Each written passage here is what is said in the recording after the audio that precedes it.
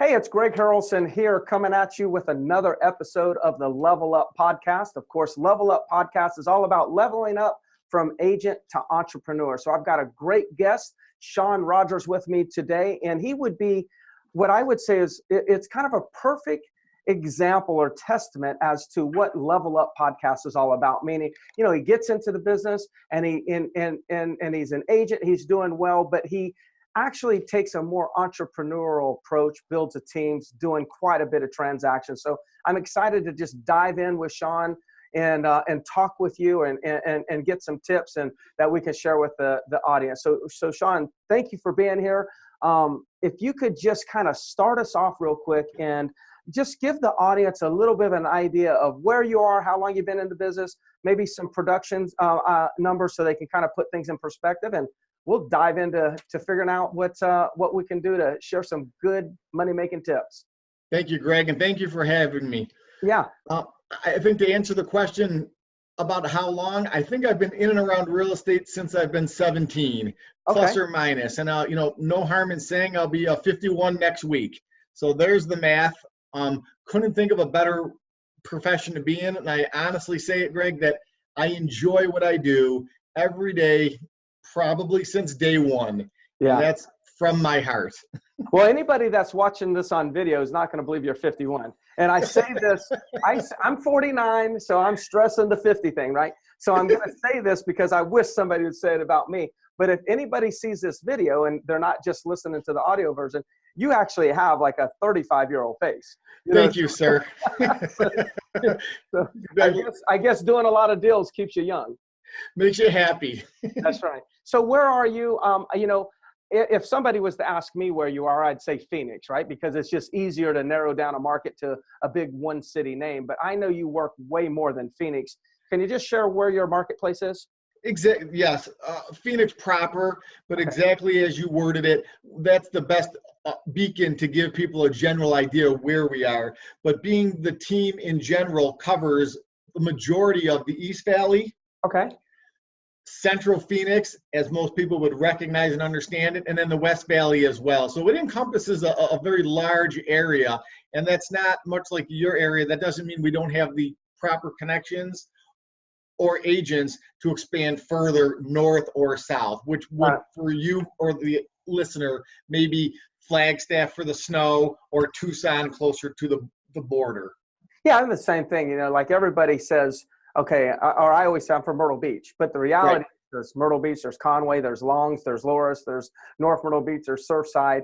We cover that whole region, and I'm sure you're doing the same thing. So hopefully people, if they have referrals, they'll send them in that direction. What about production? Because you're a team. You've built a team, and you've done a really good job. So I think you were mentioning to me earlier, you may finish out somewhere in that 250, maybe even 260 transaction level. Is that about right? That sounds about right, Greg. That's what we're on target for. But I will always suggest, and if I could help again the audience, that's what we do is. And not to sound cliche, but customer service first. So turning volume up or turning volume down is just basically, I guess, how much or how hard you want to work it. But right now, yep, I would say we're on track for that number, plus or minus the difficulties or the smooth sailing of each transaction. Yeah, you know what I want the audience to pick up on is, and I picked up on this the last time when we first met. Yep. And it's just interesting how you just said this. I'm sitting here talking about your production, and then you're just wanting to make sure that it's clear that your production is really tied to the service that you're providing to your clients. And I don't want to overlook that statement that you made, because you said it not intentionally, or you did, but you said it subconsciously, which tells me a lot about how you run your business, that you must be consumer focused in order for you to just have those words come out. Why don't we just kind of talk about that a little bit? Like, what is good service? What have you learned, and what do you feel the role of the agent is these days when it comes to providing value and service to the consumer that allows you to grow your business being consumer centric? Great questions, Greg. I think at the root cause, we can say most agents, they've taken their courses, they've passed their tests, there's a code of ethics. Yeah. I believe underlying that is your moral code, meaning if you help people, and again, perhaps cliche, but over the years, I believe you truly get when you give. Yeah. So for our team, and I say this again humbly, we could triple the team members, we can cut them in half. It's not so much for me more, but the quality of how we help a client. Yeah. As you know, you're one of the top, if not the top agents where you're located. Referrals are everything. And if I could tell anything to any agent out there, if you take care of that client, the business will just continue on a good path for you. Yeah, yeah. You can definitely scale your business a lot faster if you're doing a deal. If you find somebody and you have a closing, and you do that over and over again, and then the people that you close actually send you more business, and then those people that close send you more business, it really can be compounded, right? Absolutely. I think, and you may agree to this, a lot of the agents in today's market, I think they're so focused on getting their fishing pole ready, getting that hook in the water, getting that fish in the boat, and then like moving on, and let's push the client aside, do the transaction, but just spend 90% of the time trying to figure out how to get more fish. And I think we're missing the boat, because especially when relationships become so important to the future of our business, that means referrals. You know, that's absolutely, Greg. Absolutely. From the bottom of my heart, again, I say that over and over, that if you take care of the client, you take care of the customer, the checks, the closings, the referrals, they're just going to keep coming, because you kept your word. And in this business, in most businesses, that's the kicker to success. Yeah. So what, out of your transactions, about what percent of your team transactions are buyer side versus seller side?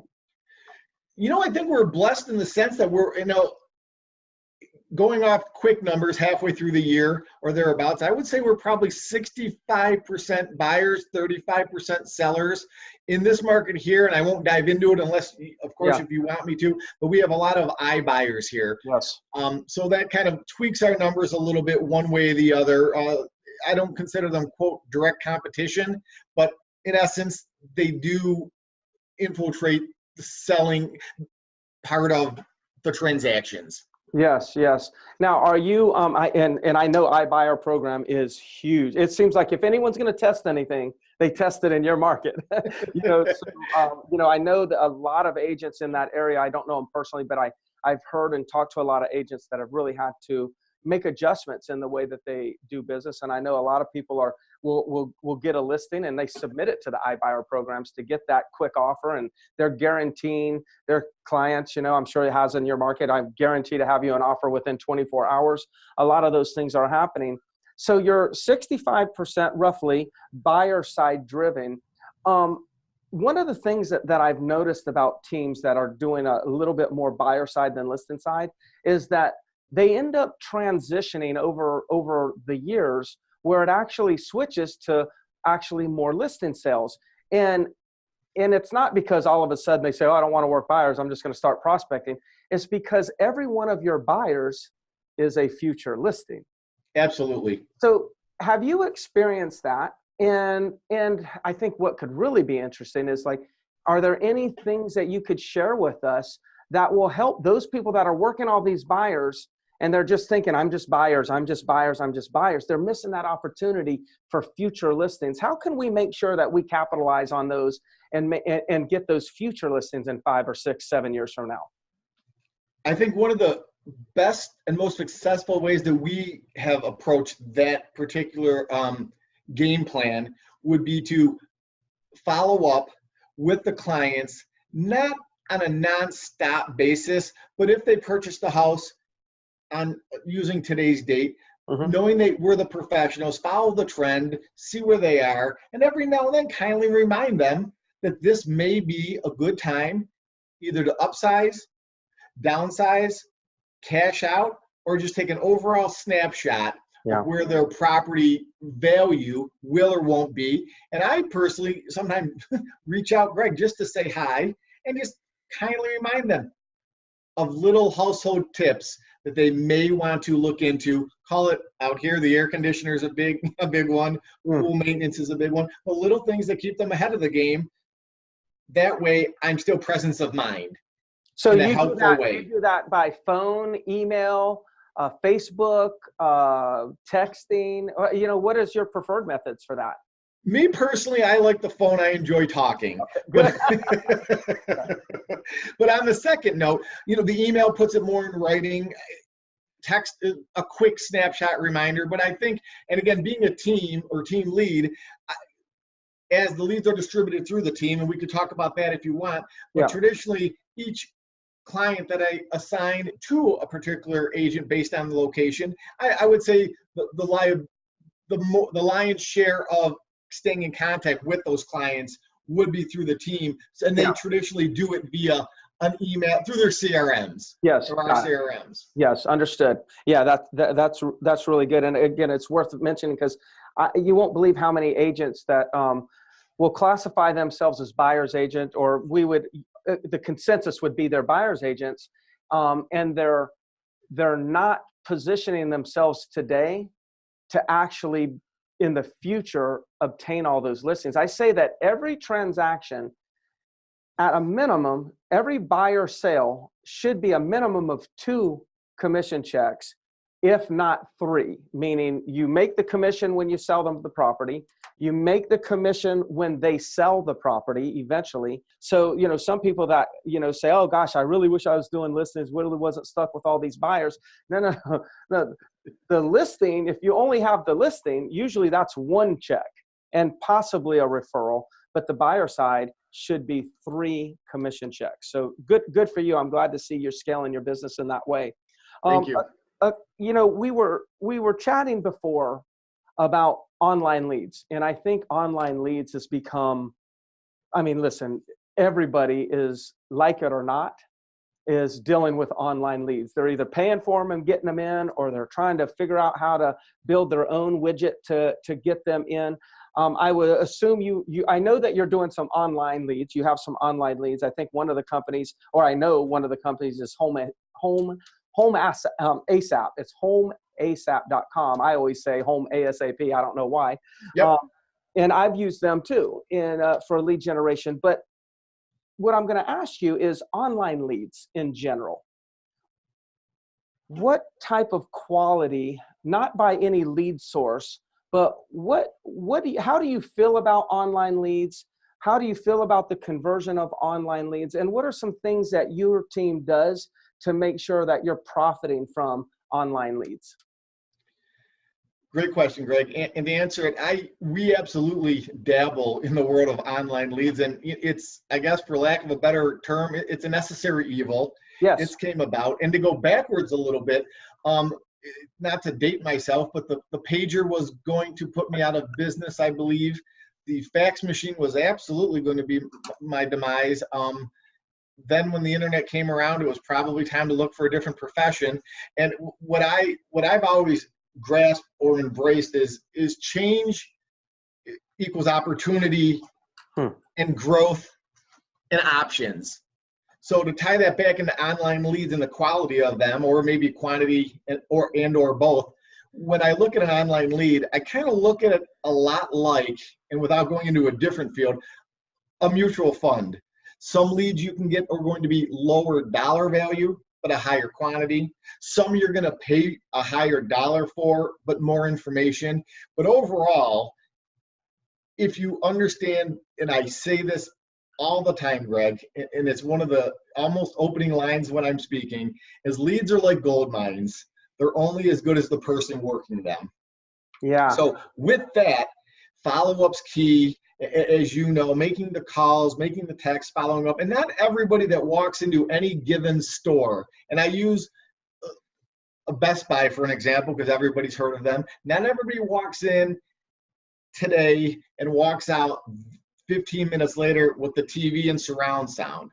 Some do their research, some see other products, some see options, some want to recalculate where they are. So I take that concept with leads and understand that many times people are just, without naming names, for example, Homes ASAP is a great location. But if they're clicking on certain social media sites, they may or may not have been looking at the family picnic 2 minutes ago, and the presence of mind of the house wasn't exactly there. And then on other sites, they're only on that site for home shopping. So once you start dialing in, for example, the mutual fund of it all, one's a long-term hold, one's a fast hold, but overall, watch the big picture and just stay focused on following up with the client's needs, just based on perhaps where it all started. You know, I have never heard anyone describe it as a mutual fund. That is really interesting, right? Because the mutual fund, you're right, you know, the mutual fund's going to have a variety of different securities or stocks or bonds or whatnot inside the fund. And every one of them are going to perform at a different level, not because, and that sometimes is by design.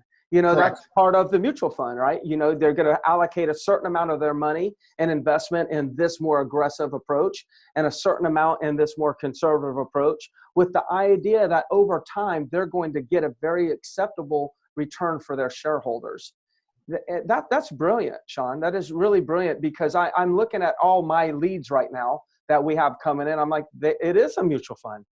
Now, the key is, and how do, you know, because we're leaders, right? I lead companies, you lead your team, and amongst others.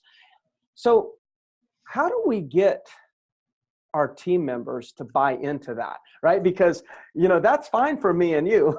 You know, it's like, hey, we got this mutual fund here. But then all of a sudden the team members, well, I just want to work with the ones that are going to convert tomorrow.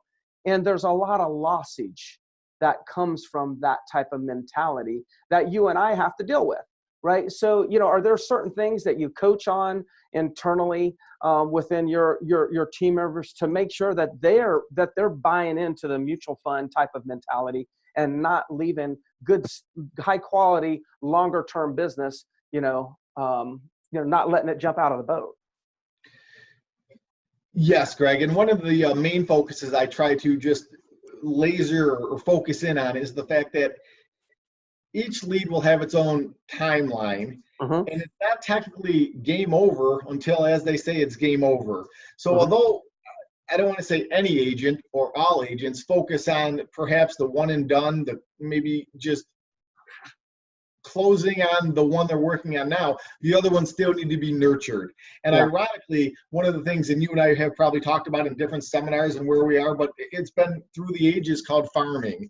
And although you hear that word and it's used over and over, if you did kind of break it down to its common denominator, a farmer would have different crops for different reasons that have different prices and different ways of nurturing them. So not all the corn and the beets, and the different lettuces, they may not all be ready at the same time. They may need more or less water, less or more sunshine. But the bottom line is, to answer your question specifically, I try to explain to each agent that if you take care of the land, the leads, the crops, the fruit will be bountiful. And that couples with, Greg, and I know because of your success, we may view it a little differently, but my point is, it's easy to tell somebody how great hitting a home run is, or slam dunking a basketball, or finishing a marathon. But as I always say, again, another one of my little jokes would be that not everybody can put on a pair of gloves, get in a ring, and call themselves a boxer.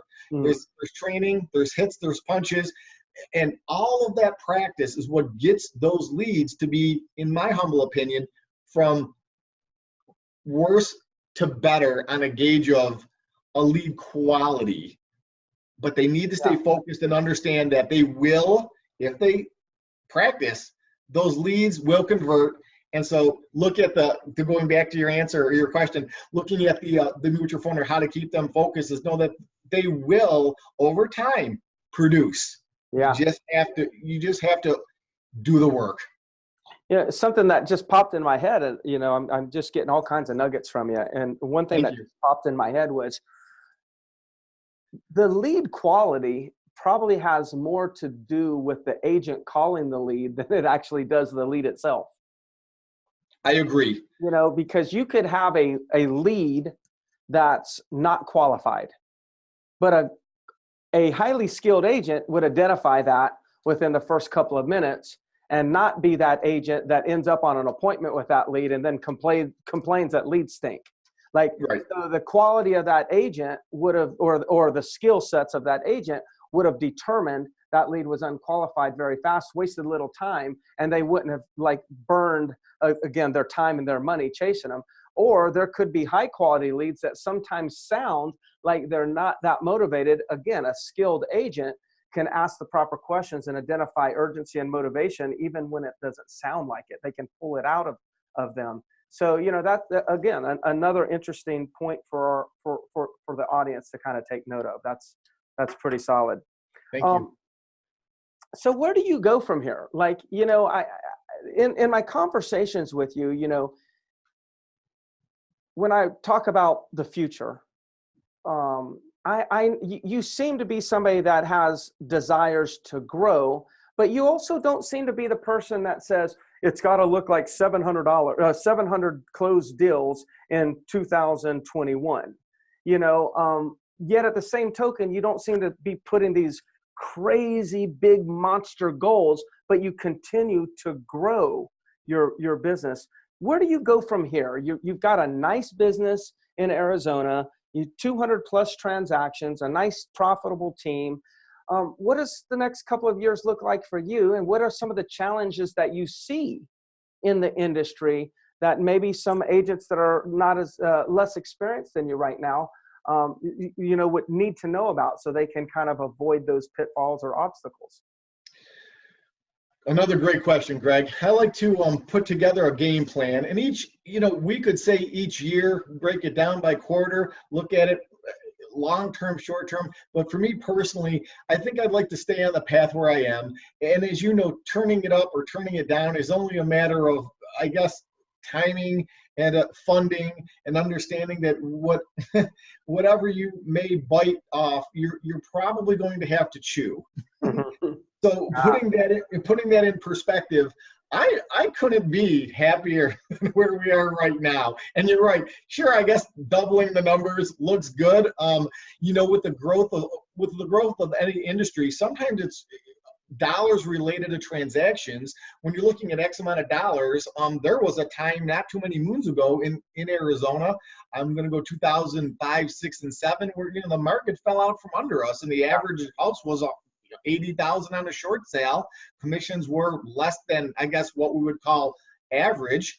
And you just kept swinging the bat and taking care of business. Fast forward, a lot of those same properties had doubled and tripled.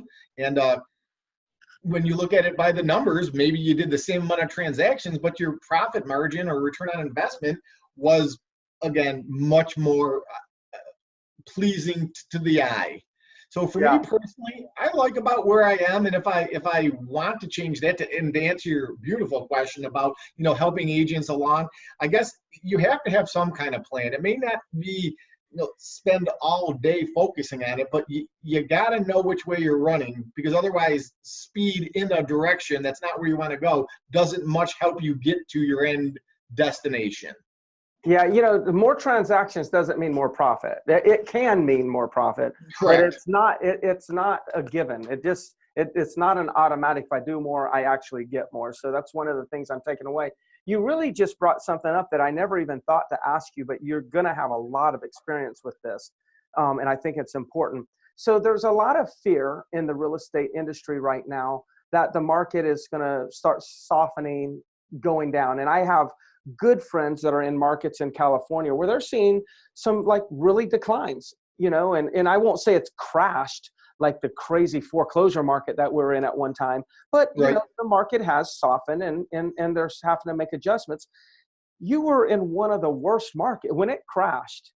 Your market was with Miami, your market, maybe Vegas. You guys were like, I think the top 3 markets. And when it comes to just fell off the face of the earth. You made it though.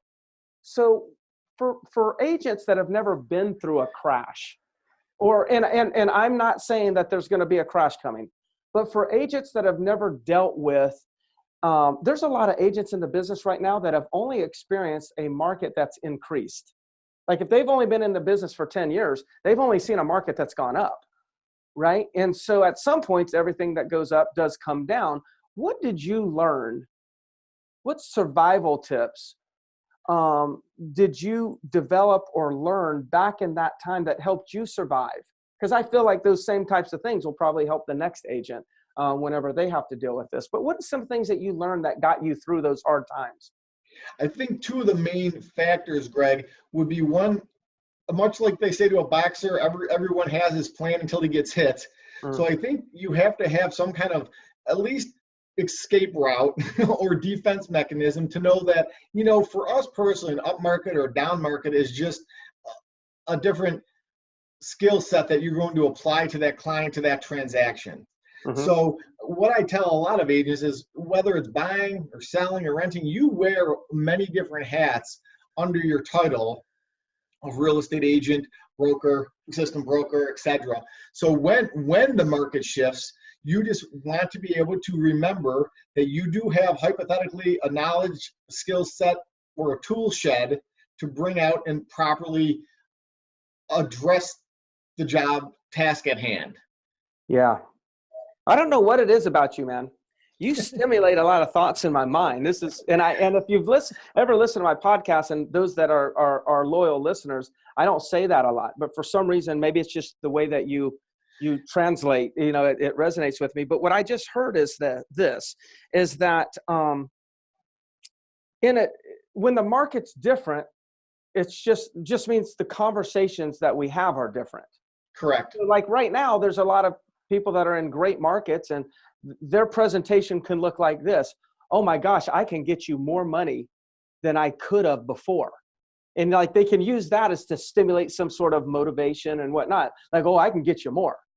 Right. Then in a down market, the conversation is a little bit more like, hey, look, I know we can't get what we want, but I'm here to help protect your equity. I'm here to help. You've got X amount of equity and I want to protect it and make sure that this doesn't diminish anymore. And it's like, it's the same agent, it's the same buyers, it's the same sellers, the same market, but inside of all that, just the dialogue shifts a little bit. So with the shifting market, you must shift the conversation.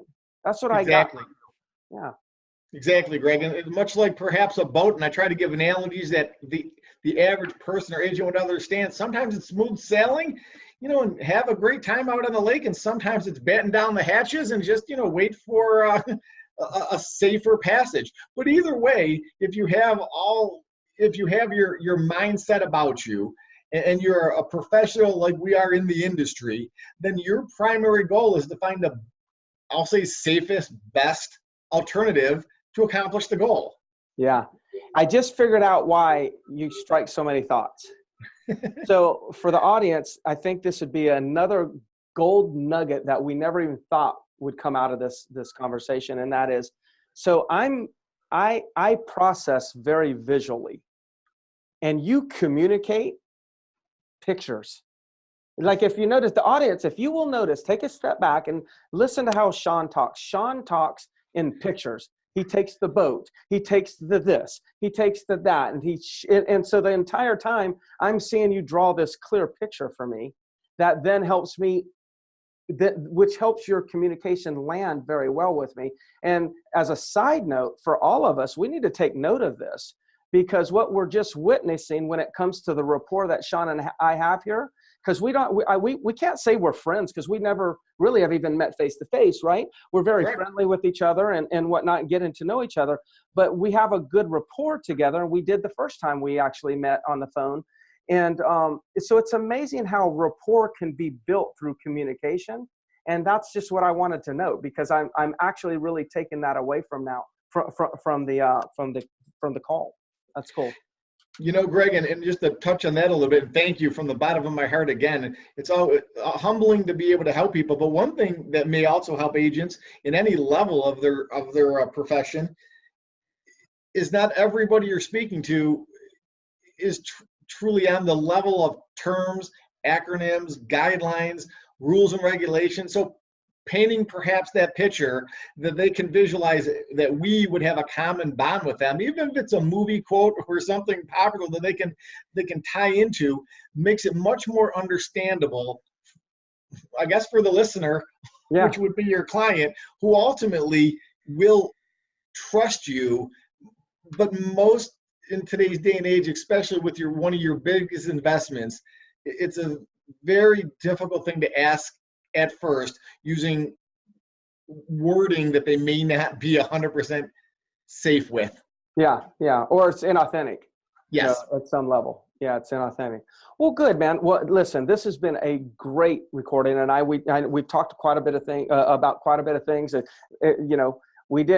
we always think of, here's some questions that we'll talk about, and then it goes off the rails, and it usually becomes better than we ever imagined. So thank you for taking the time.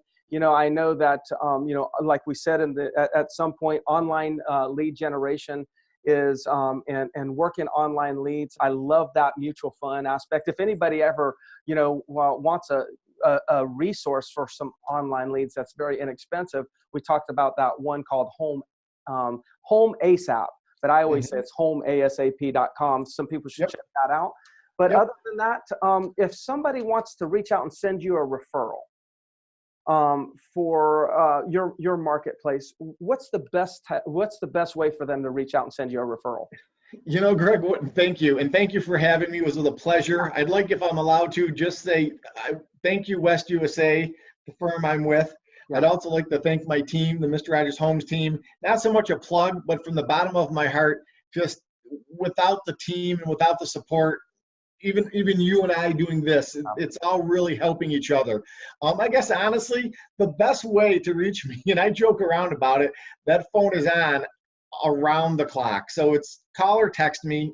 If I'm allowed to give my number, I will. Yeah, sure you are. Give out whatever you're willing to manage. My direct phone number is 480-313-7031.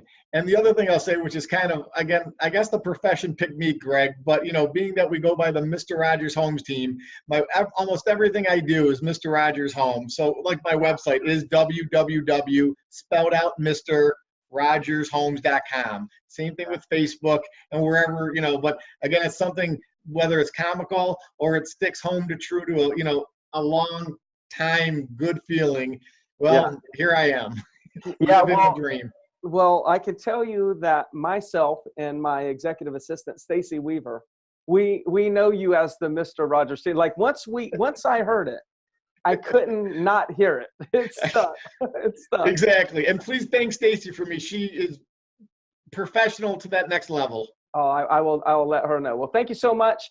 That's it. Audience, please subscribe, comment. We'd love to hear your comments. If you have other guests that you'd like me to put on, just give me some names. I'll reach out to them and see how we can just keep leveling up the Level Up podcast. Talk to you soon.